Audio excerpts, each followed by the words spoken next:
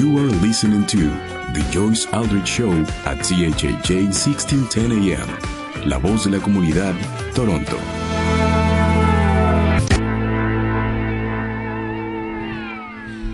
Hi, and welcome to the Joyce Aldrich Show. And I am Joyce Aldrich, and I'm here after a hiatus of being away for 3 whole years, but boy, am I glad to be back.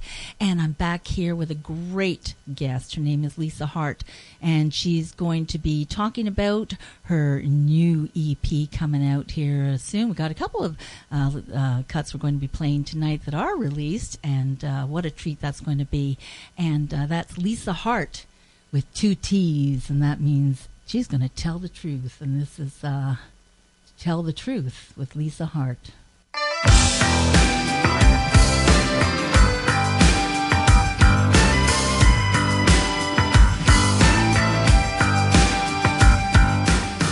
Don't try to be someone that you're not.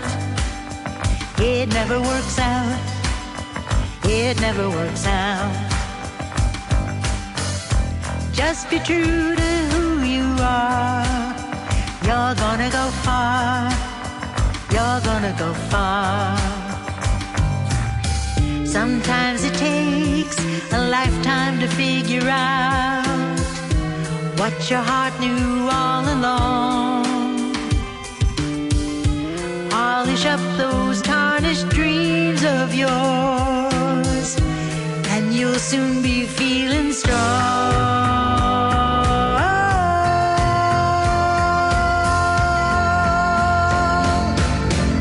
The medicine is deep inside your soul.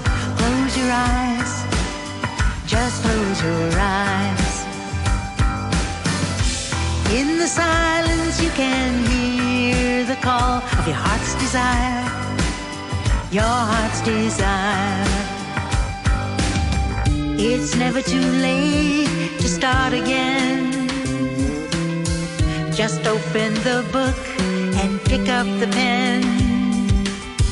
You can write a story with a happy ending of a willow bending into the wind.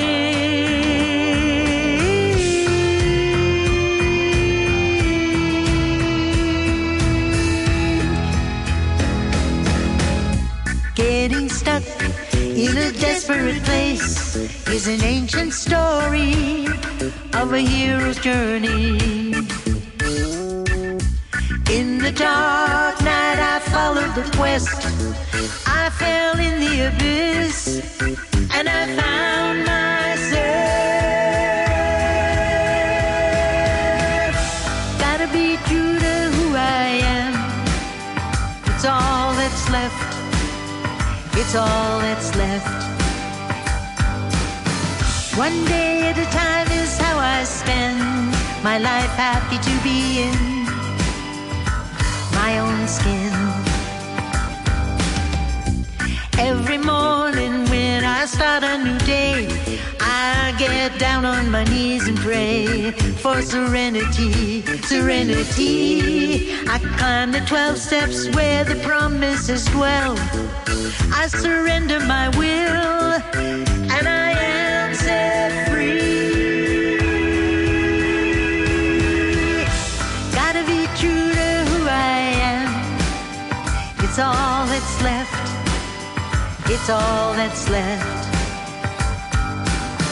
One day at a time is how I spend my life, happy to be in my own skin.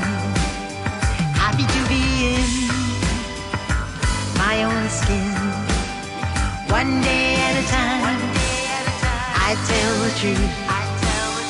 One day at a time, I tell the truth. Happy to be in my own skin. One day at a time, I tell the truth. I tell the truth. here tonight with Lisa Hartt, who's going to be telling us her truth and one day at a time and all those skins she's been in for a long career here in Canada and abroad as well. Lisa, welcome to the show. Lisa with 2 T's in Hartt. Oh, thank you so much, Joyce. It's amazing. We finally get together personally, physically, in person after 3 years of learning about each other through our creativity, right? It's so great to be here. What a super place this is. I know. It's fabulous. It's a little treasure. And so are you. My gosh. I was reading, through your bio, and you started out at 10, and actually you mentioned some spots. You're from Montreal. I'm from Ottawa, and you mentioned Le Hibou, that you used to go there. My mother performed there. Wow. In the 60s. So you may have seen her. But, yes, tell me a little bit more about your background and then and you're here, of course, to promote your arrival. And, yes. And not just an arrival. What does that mean to you as well? So many questions. Answer one. Okay, well, it's, I'm going to answer one. So First, many. We'll start with arrival, since you started with Tell the Truth, which is one song of a 4-song EP that has been 40 years in the making. And I mean that sincerely. Mm-hmm. I'm what they call an old-timer in a program that helps people get sober and clean and sober. And I'm just so grateful and have had such an amazing life and adventures that include music, but more than music, because music can be so overpowering and overwhelming in my world. Like for 35 years I was on the road from the time I was a little kid. And I never had a personal life. I never had real life adventures. I didn't do other stuff, and I knew I had it all in me. So when I finally, succumbed to the disease on the road of alcoholism, I'll say it plain. Yeah. It took me down hard. Took me down very hard. And the doctor said, you have 3 months to live. Oh, my goodness. So it was a choice, right? And I had a moment of clarity in the doctor's office, for sure.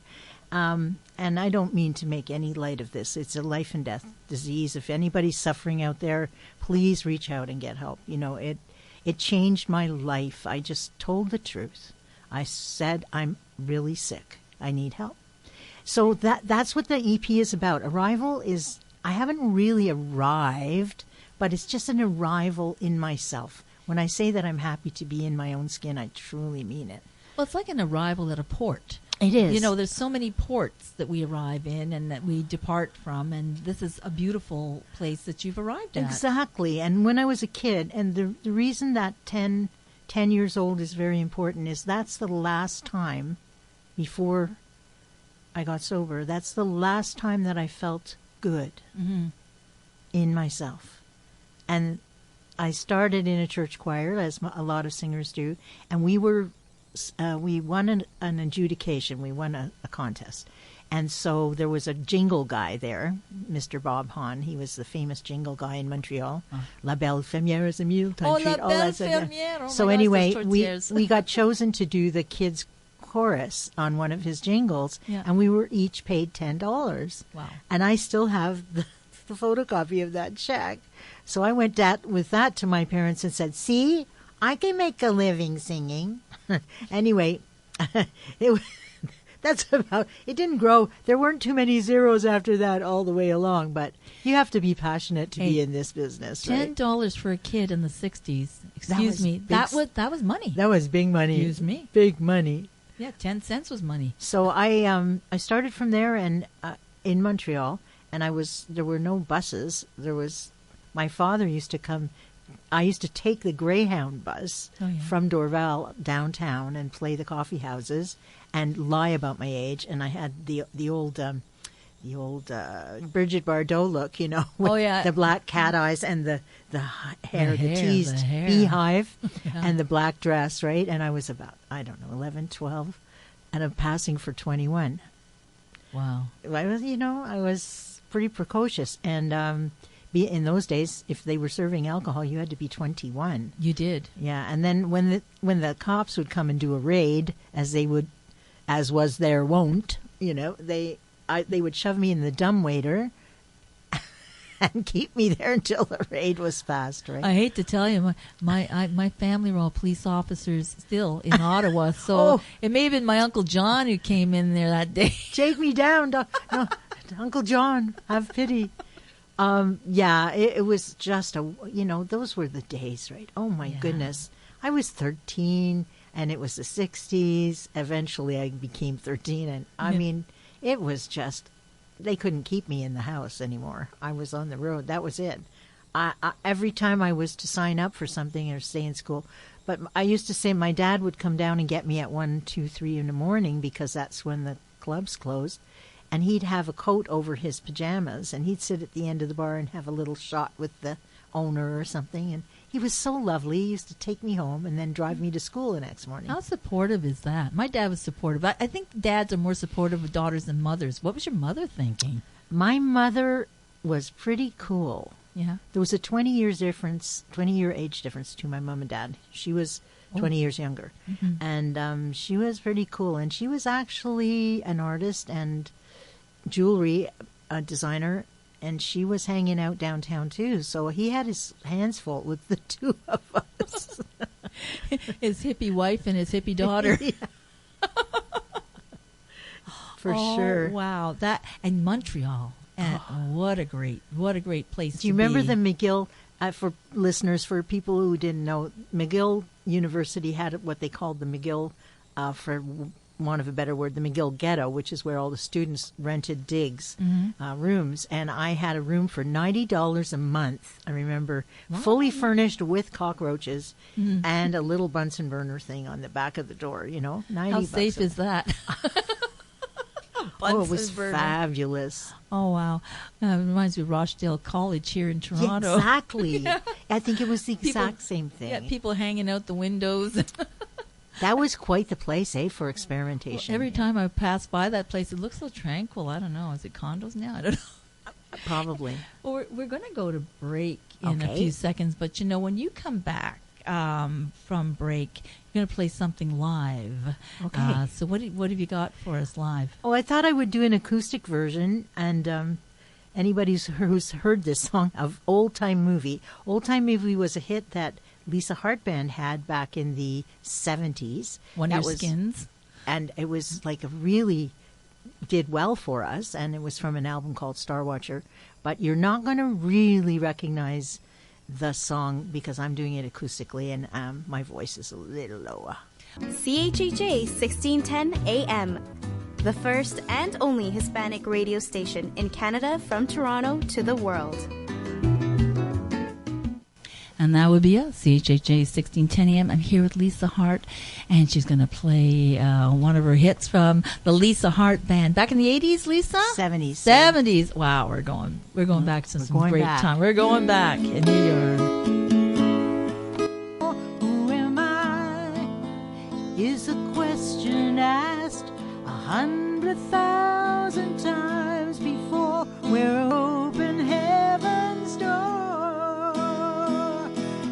And it's not like an old-time movie where the hero always wins.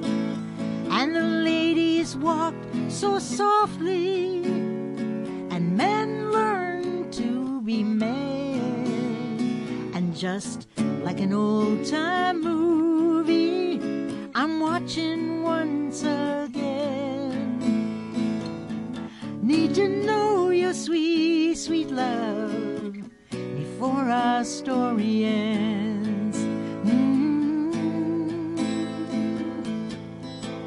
Doo-doo-ee-ah,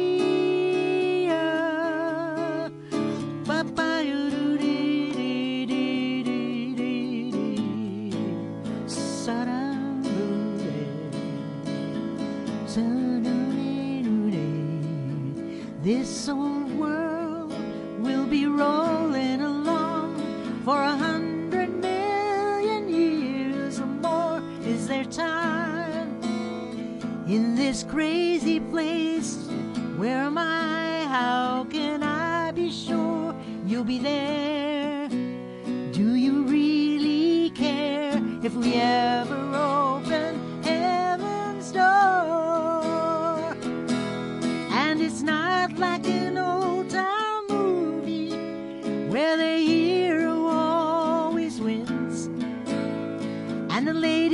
walked so softly, and men learned to be men.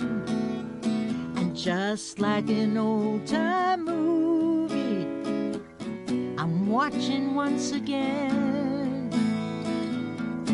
I need to know your sweet, sweet love before our story ends. I need to know your sweet, sweet love before our story ends. Because you can cry, you can laugh, you can even really, you can die down here. It's not like an old-time movie. I said it's real. I said it's real. I said it's real. Real, real life. It's Real Life here with Lisa Hartt, and we're talking with you tonight about 40 years of sobriety, mental health, addictions, all of those things that are so important. You know, we put a lot of emphasis on other things in life, the material, how we're going to get by every day, and that certainly is a big thing nowadays, you know, like with food poverty, people not being able to find a home. A lot of things will push people over the edge, and we're seeing that in our society now. So let's talk a little bit, talk a lot about that and your journey, and also your brothers.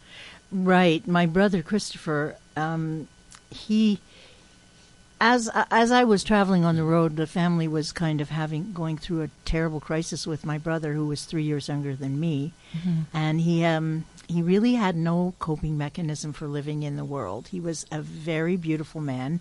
He loved acting, and he was often used as a double for Richard Chamberlain, and he was a really gorgeous man, right? Nice. But he couldn't keep it together. He just couldn't keep it together. So they diagnosed him with paranoid schizophrenia, and then it was sociopathic narcissism, and they couldn't figure anything out. So in the meantime, he was subject to the system and to all the antipsychotic drugs that create aspasia and all sorts of weird things, change you completely.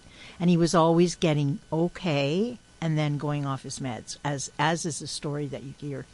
And it took him a long time it was a slow death over many, many years. But I always felt he was such a beautiful man and so gentle, really, and just didn't have the coping mechanism that I wrote that song, Don't Tell Me How I Feel.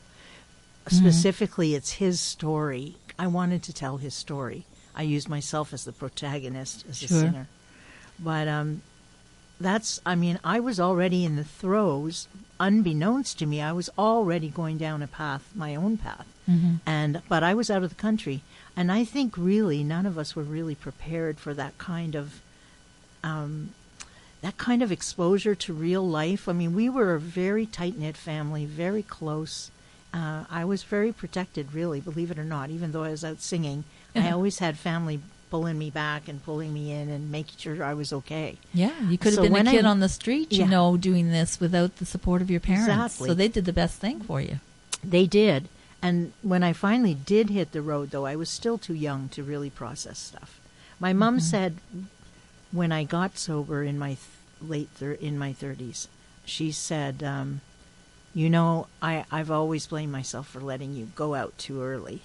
Well, Avril Lavigne, look what happened to her. I know. It's like... You know, and a lot of them, Justin Bieber, we just two people right there, you know, and all of them. It's very Britney difficult Spears, to process what's going on. And especially now, they have to deal with something that I didn't have to deal with, which is cameras are everywhere. So your every movement and every mistake you made is out there for anyone to see and to bully you about and to stalk you. I didn't have that. And before you're 24, I mean, it's documented scientifically that, you know, the adult brain is not completely... absolutely You know, not. so you're not really, you know, accountable. No, you know? absolutely. Seriously. Yeah. Yeah, it's very, very hard. So mental health, is a big thing, and getting rid of the stigma. And I'm a big advocate of that because, of course, I have my own issues. But your struggle through the 40 years, and you just got your. I got my 40-year medallion. You did. It's I think it's the only thing I've ever done well consistently for that long. So now. Here's the thing, Joyce. Yeah. When I came into, we'll call it, my program is Alcoholics Anonymous. Mm-hmm.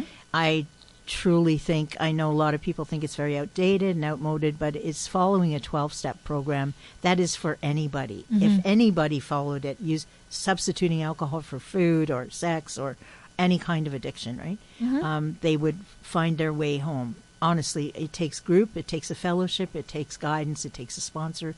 Like any good therapeutic, model, Mm-hmm. exactly. And we're self-supporting through our own contributions. So we don't have anyone, there's no board of directors and there's nobody to account for. We don't have. It's accountability, self-accountability. Self-accountability. You got to be there for yourself. So my husband, who unfortunately, I lost my soulmate in December this past 2022.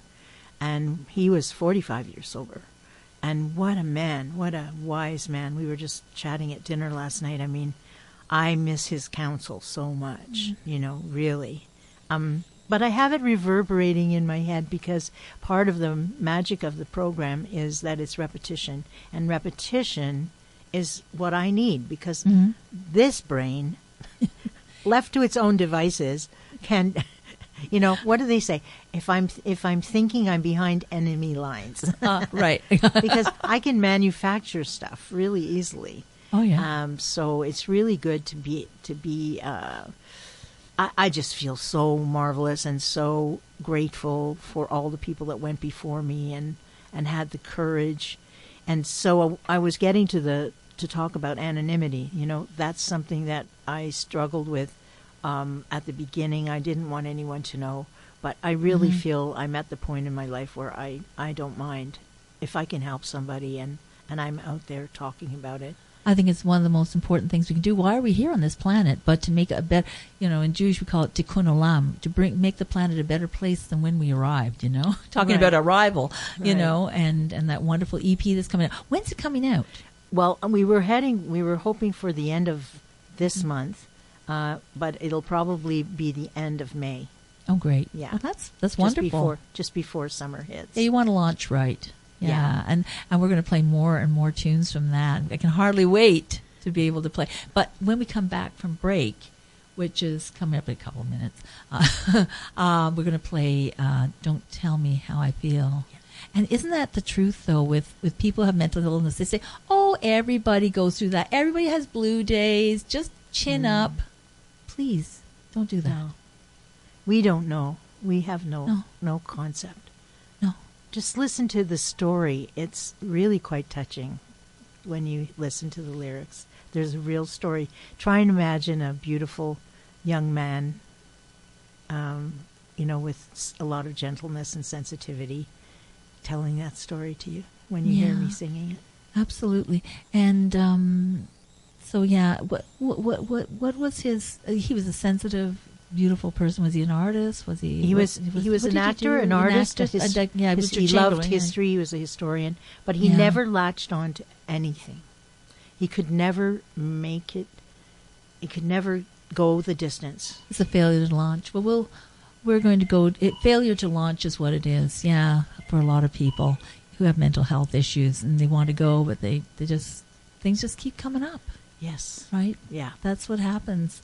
It's not easy. So, we just got a few seconds here before we go to break. And when we come back, we're going to hear Lisa Hartt singing a beautiful song from Arrival called Don't Tell Me How I Feel. It's a story about her brother.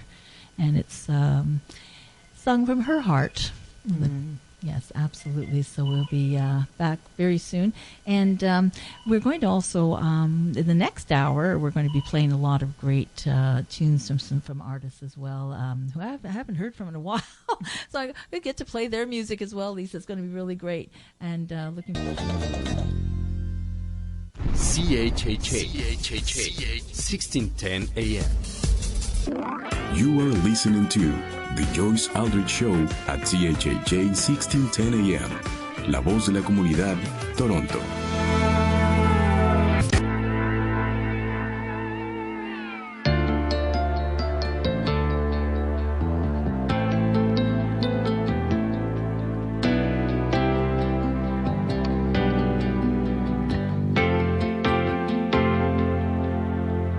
Running through the fields of summer in the golden sun, I had a kind of warning of the girl I'd become. That's the only girl you know, the shell that you see here. And now you're waiting for the day when I just disappear. When I was just a girl, I loved my family and my dog. Back then I didn't know I would end up in this fog. Don't judge me by the way I look, or by the words I use. Don't think you know my feelings till you walked a mile in my shoes. Don't tell me how I feel. You don't even know who I am.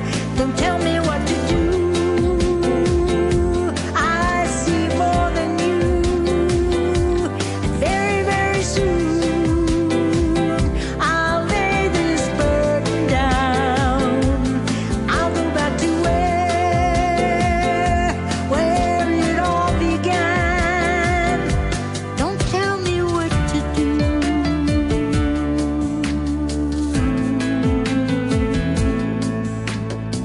I chased the sun at 17, tried to be a tennis star.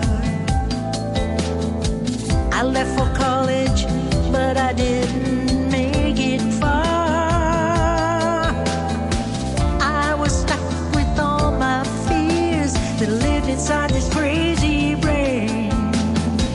There were days I couldn't slow down, speeding like the Channel train. Don't tell me how I feel. You don't even know who I am. Don't tell me what to do. I see more than you. And very, very soon I'll lay this burden down. I'll go back to where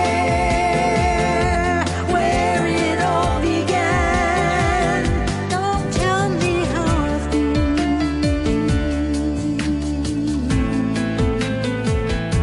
Don't tell me what to do.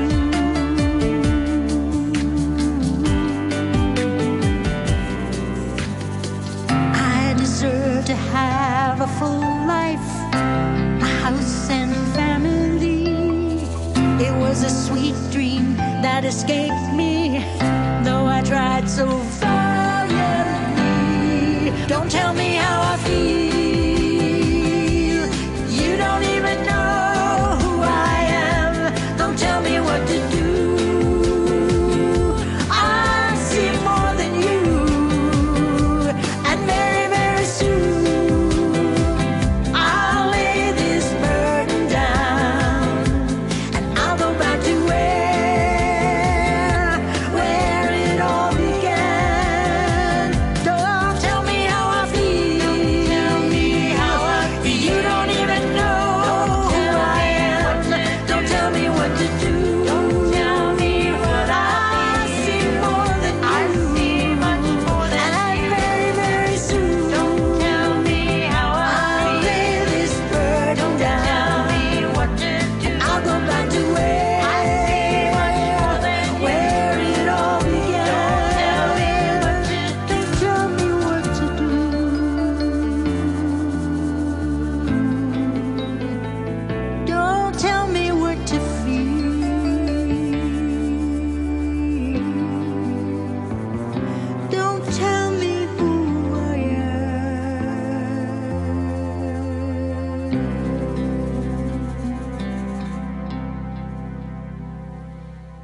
Don't Tell Me How to Feel from Lisa Hartt's upcoming EP Arrival, that's going to arrive probably out in May. Lisa, that is an incredible song, and one that people need to hear, because oh my goodness, that's the sad part, isn't it, really, that people want to normalize mental health. Yes. You know, I mean, they want to minimize, normalize, and, you know, quick fixes, yeah, and we don't have the support and in drugs. our society. Drugs, yeah, absolutely, yeah, the whole 9 yards. You know, he was so bright, Mm-hmm. and he was a chess master. He was a top seed tennis player in his youth. Mm-hmm. This all hit in his late teens, and the more research I do, the more reading I do Mm-hmm. about his particular. You know, I start to see similarities in young men, especially. They've talked about it being viral. They've talked about it being. They don't really know. Nobody really knows. But this is possibly a hormonal thing that happens to young men. Who knows? Really? Or Yeah. brain chemistry change. Sure. Due to you know, who knows? I just think that putting drugs on it and layering things on top of it is not the way to go all the time. Although I am certainly no expert. I don't know anything about it. I just know that from dealing with Chris all those years, he would get to a place where it looked like he was going to function, and then he wasn't feeling correct in himself Mm-hmm. with those drugs. It didn't feel like him, so he would abandon them. So they never really found a mix, and it finally killed him, right? I'm so sorry. Yes. You know, because it's so hard to diagnose mental health, and so many misdiagnoses happen. I know. And some and the drugs are all different for all the different diagnoses, you know. I mean, I am very open about having borderline personality disorder, a bit of Asperger's, that kind of stuff, you know, but there's no drugs for that. But the thing is, though, they try to give you stuff, and it doesn't work, and it just messes you up, you know, sometimes. Not always, and certainly if you are taking medication, your doctor's giving you, for sure, continue taking it. But, you know, it's like, it's the diagnoses, and there's so many labels. And I know there's Dr. Adam Rocco, who's doing research study at UT. He really wants to just basically collapse all of those labels, because there are symptoms in mental health that are actually pretty well universal, and start dealing with those, you know, and getting a treatment plan for that kind of stuff. That sounds really very, very forward thinking. That's really where it should be going. You know, it was so tragic too, because it didn't just affect Christopher. Of course, he lost his life, but my mother, they told her that because he was a forceps baby, because they had told her that she had to wait and not push and all of that, that she had caused this. Can you imagine? What kind of guilt? Oh my gosh. She lived with that guilt, and her heart was broken, you know, many times, just not being able to deal with it. So many old concepts, you know, we have to get rid of, you know, and we don't know everything. We always think we're at the pinnacle of education and research and science and everything. Well, we're not. We look back 50 years ago, oh, did we do that then? You know, and, you know. So barbaric, a lot of it, right? Yeah. Well, it reminds me of Star Trek, you know, Dr. McCoy, you know, saying, so barbaric, you know, like seeing a needle going into an arm instead of his little air thing, you know. I know. But, you know, when you think about anything, so barbaric. So where are we going with all of this? So I want to talk. Well, I just want to talk more about your journey, you know, and talk about you were. Let's go back to the early days. You traveled internationally with a lot of people. Oh yes, yeah. Well, the first thing I did was go to Europe and join a big band, an all-girl big band. That was the best time of my life. Oh my gosh, I spent 3 years on the road with them. I was 19 when I got there. It was amazing, and I got to them through a writer. His name was Tony Scott, and he wrote for Cilla Black and for Petula Clark. Cool. And so he suggested that I audition for this big band who were traveling the continent and going to far-flung places, and I thought that was just great. I had no concept of what it would mean. I mean, I was right out of the coffee houses, and this was a huge orchestra, right? So I made it to, I learned 55 songs traveling across the moors. And at that time, all the casinos were open in the north of England. Wow. So we were playing casinos, and then we'd drive to Germany. Casino Royale. We played all the bases. We were like in war-torn countries all the time. I was in Vietnam several times playing the front lines, and then having to be helicoptered out. And pretty adventurous, And my mom, back home going, oh my God, reading the newspaper. Oh my God, where is she now? She's in Turkey. Oh Lord. Oh no, now she's in Egypt. But it was amazing. It was so amazing. I learned everything that I needed to know in life on that tour. That's for sure. And that's a very good point you're making. I know my son taught in Korea for a couple of years, and he traveled all over. And it really grows a person, don't you find? I've never ever been able to look at life the same way since that. I mean, it really opens you up and makes me, I'm so accepting, first of all, of foods and culture. And of course, in my own household, it's very diverse. My dad worked for the very first UN. Really? Yes. And he was the director of activities, all events and activities, and sports. For the UN, and he met so many great people from around the world, and he really educated us to be very accepting and very open. So that was just a fabulous. I mean, being in Egypt, Joyce, after the first 6-day war, which was very, very hard on both countries, right? Yeah. It was so amazing, though, because Sadat was coming in. And as Sadat was coming in, Anwar Sadat, the veil was coming off. All the kids were coming back from the U.S. There was this rising sense of hope in the Middle East. Yeah. It was such a special time. It didn't last long. Time of brief democracy. Brief, but we were there. I experienced that. What a place in history. Yeah. I had a horse out by the stables, by the pyramids. So every Friday, we'd go out riding with all the U.S. compatriots, ride to the little oasis out there and have our morning beer. It was the days when I was still drinking. Morning breakfast and then ride back. And, there was all kinds of people in the desert. There were Russians and Japanese. There was all kinds of action going on. And don't you find that that's when you realize the people are more the same than they are different. Totally. I'm going to be honest. I will say I hate the word diversity. I love the word unit. Well, only because it has die, which is a split. Okay, that's true. I think it really splits people up. And I like the idea of unity. I like bringing people together under a common umbrella and say, okay, we look different. We have different languages, cultures, but we are people. We have soul. We are souls living in a body. So who knows who we were in another lifetime? Yeah, I believe in that kind of stuff if anyone's listening. but it's like, but that's the kind of thing, Yeah. I mean, who knows? Well, that's a really good point, because I think language is very important too. So I will remember that, not to use that.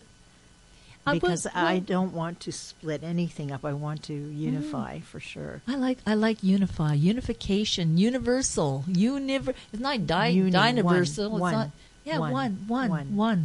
Yeah. Like One Love, like Bob Marley, like One Love, one. How did he channel all of that? That was so amazing. Those songs are so iconic. They're universal. They'll never die. They're beautiful. Yeah, beautiful stuff. Beautiful stuff.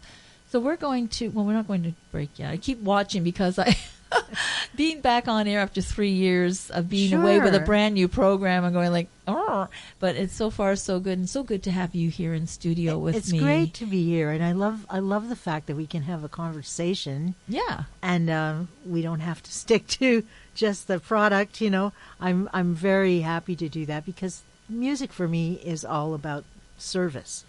Well, you have it's service. Yes, service. Yes. That's very important in life.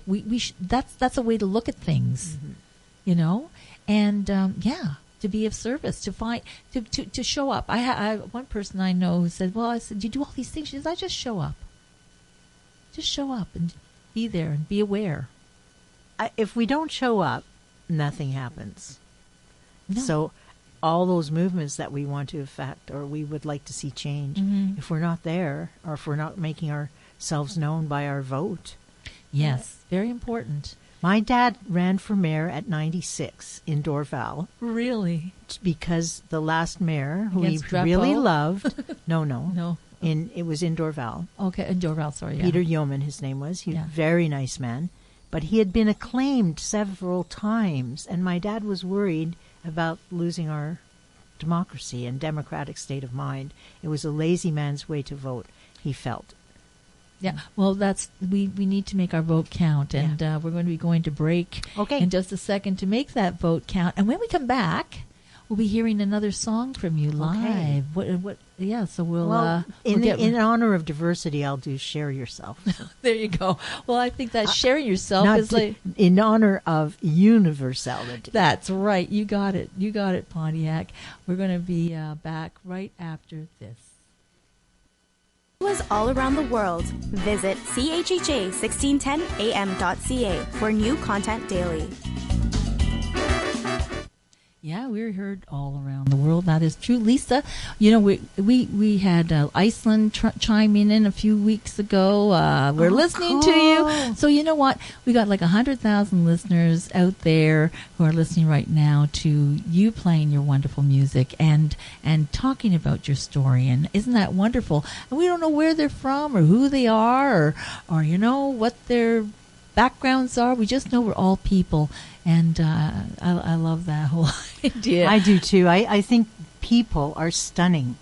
Yeah. I think people's stories are the best thing in the. I could just sit at a dinner party. Sometimes I imagine who I would invite for dinner just for my own, and really it wouldn't matter because the stories are so stunning. Yeah. Well, that's kind of like what I like about this program is like I'm hoping somebody's just going to tune in and walk in on a party conversation. You know, they hear something they want to. Oh, that's interesting. They stop and sit down and listen. You know, and that's what we've got here.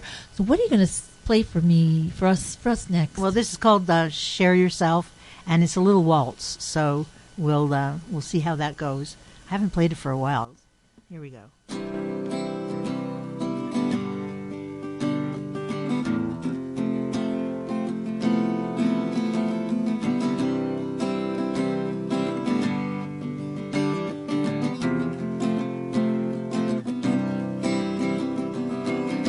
Share yourself with me. Tell me your troubles. Set your spirit free. Share yourself with me. Prepare yourself. Share yourself with me. We stand close together, right on the edge of time. The future's uncertain, and the past is not so kind. Hold me a minute before you leave my side. My thoughts are unfinished. Lay down and share with me. Tell me your troubles. Set your spirit free. Share with me. Prepare yourself to share yourself with me. Now I'm not the kind to keep everything inside, and what's out of sight darling, it's seldom out of my mind. But you hold the answer, and my heart holds the key. There is nowhere to go right now. So lay down, share with me. Tell me your troubles, set your spirit free. Come on and lay down, share with me.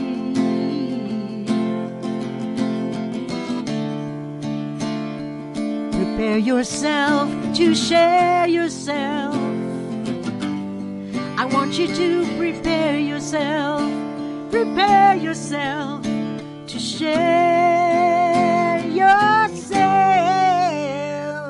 share yourself with me.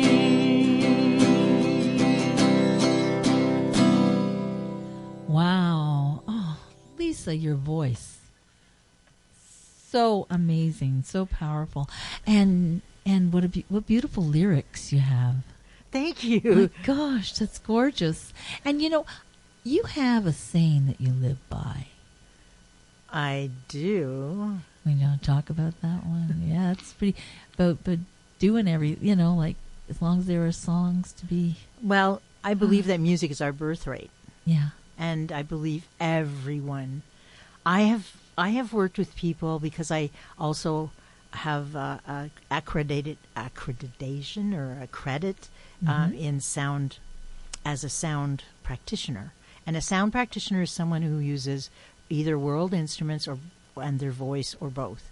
And I've learned to use some drums and some other instruments, but I use my voice mostly. And really what it does is if I put you on the table, for instance, and I do some sound Reiki with you, I can help you reach a little bit of, you drop, what we call is drop down, right? You drop down a little bit so you can actually rest below the level of your conscious awareness. I'm coming in just a Yeah, second. exactly. Is it like toning that you do, like the I can kind of do thing? that, but a lot of times I have other people working with me with the drums, and what I'll do is say, okay, Joyce, what's coming up for you? Do you have anything that you'd like to concentrate on?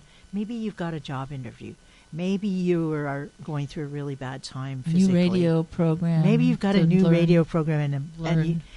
and so you tell us that, and then we devise a very special sound for you, a soundscape, we call it. Wow. Soundscaping just for you, never to be heard again.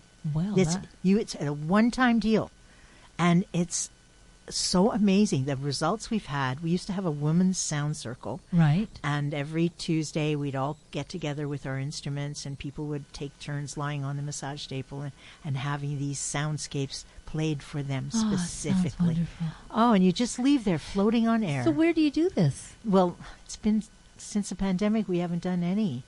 And everybody's, a lot of people moved away during the pandemic. It changed a lot of people, changed a lot of lives. Oh my changed gosh, everything. So yeah. my whole group is all over the country. They're starting to get together again.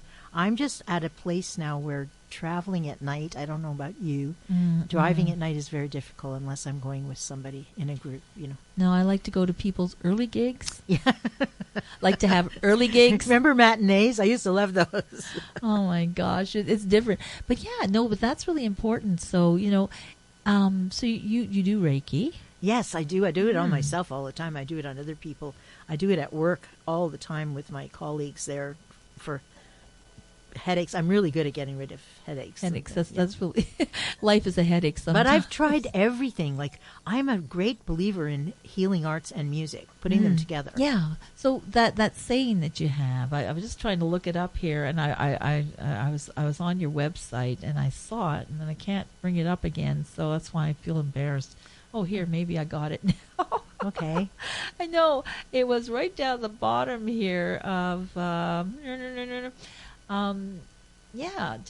talking about developing conscious awareness. We've talked about all of that, and Well, don't you think that music is everyone's birthright? absolutely. Because so many times people have come to me and said that I can't sing. I'm tone deaf. That's It's not true. that's not It's true. What I tell people is that, okay, we're talking right now, right? We're not just talking like a drone. We're up and down. We're melodic. So all you have to do is turn that into sound, and there you go. And now you're singing, and that's it. And Everybody has it. Everybody's got a voice. Everybody can do it. Everybody. Hear that, everybody? That would be the unification process Yes. happening. Everybody's got a voice. Everybody has a sound. So got a couple of minutes before we go to Okay. breaks again, and thank you for coming in. I want to ask you, do you want to stay till in the other hour and listen to some other music and chime in on it? Well, sure, if you'd have me. I'll have you. You bet I will, because I don't want to lose you. I've got some wonderful people I'm going to be playing next hour, and I know you're going to love their voices, and I know you're going to have something to say. So we'll just got little snippets here and there, but I thought you'd enjoy listening to this beautiful music. So I want to thank you for joining me for the first hour as my guest. And Well, thank you, Joyce, and thank you so much for promoting and talking about this very important 4-song EP that will eventually we'll hear the other tracks. Yes. It is really for anybody who is on that journey, any kind of journey to recovery in their lives. It's really important. It's the hero's journey, right? It is the hero's journey, and the hero. That's right, Joseph Campbell. That's correct. Yeah, absolutely. I'm very familiar with that. Do you remember that wonderful series with Bill Moyers and Joseph Campbell? Absolutely. The Hero's Journey? Absolutely. I bought all the books. As a matter Yep. of fact, I gave all the books to Hernan, who nice. Astudillo. He owns those now. I gave him those because he loves anthropology. Sorry, Wonderful. Hernan, I'm exposing you here. A fantastic person, does a lot of wonderful things for the Latin American community. But you are doing wonderful work, and I'm so happy to have you here in Poison. I'm excited. I just love the live concept. It's been so long. I mean, this feels like the way it should be. Right? Yeah, it's so honest. I Yes. love radio because it's an honest medium. Yes. I mean, you mess up, especially live. But it's wonderful. When you do great things, it's great. So I have a little radio show on Cashbox Radio. Never say little. I mean, I have a wonderful radio show Thank on you. Cashbox Radio that's on every Sunday from 11 to 1. Okay, and what's So it called? It's Songs from the Heart, Lisa Hartt. on Okay. Cashboxradio.ca. Okay, so we'll have to hear that. We're going back to our commercial break, and when we come back, we're going to be hearing Peter Campbell, and you must believe it's spring. What a beautiful voice. Where do you hear this angelic voice? Oh, my gosh. So we'll be going to break in just a few segundos, and here at You're CHHA doing smooth now, 1610. Joyce. Yeah, oh yeah, I'm smooth, yeah. Smooth Real- like butter. butter, like butter. It's like butter. Yeah, here we go. From Toronto, Canada, CHHA 1610 AM, the voice of our community, because we are a part of your daily life.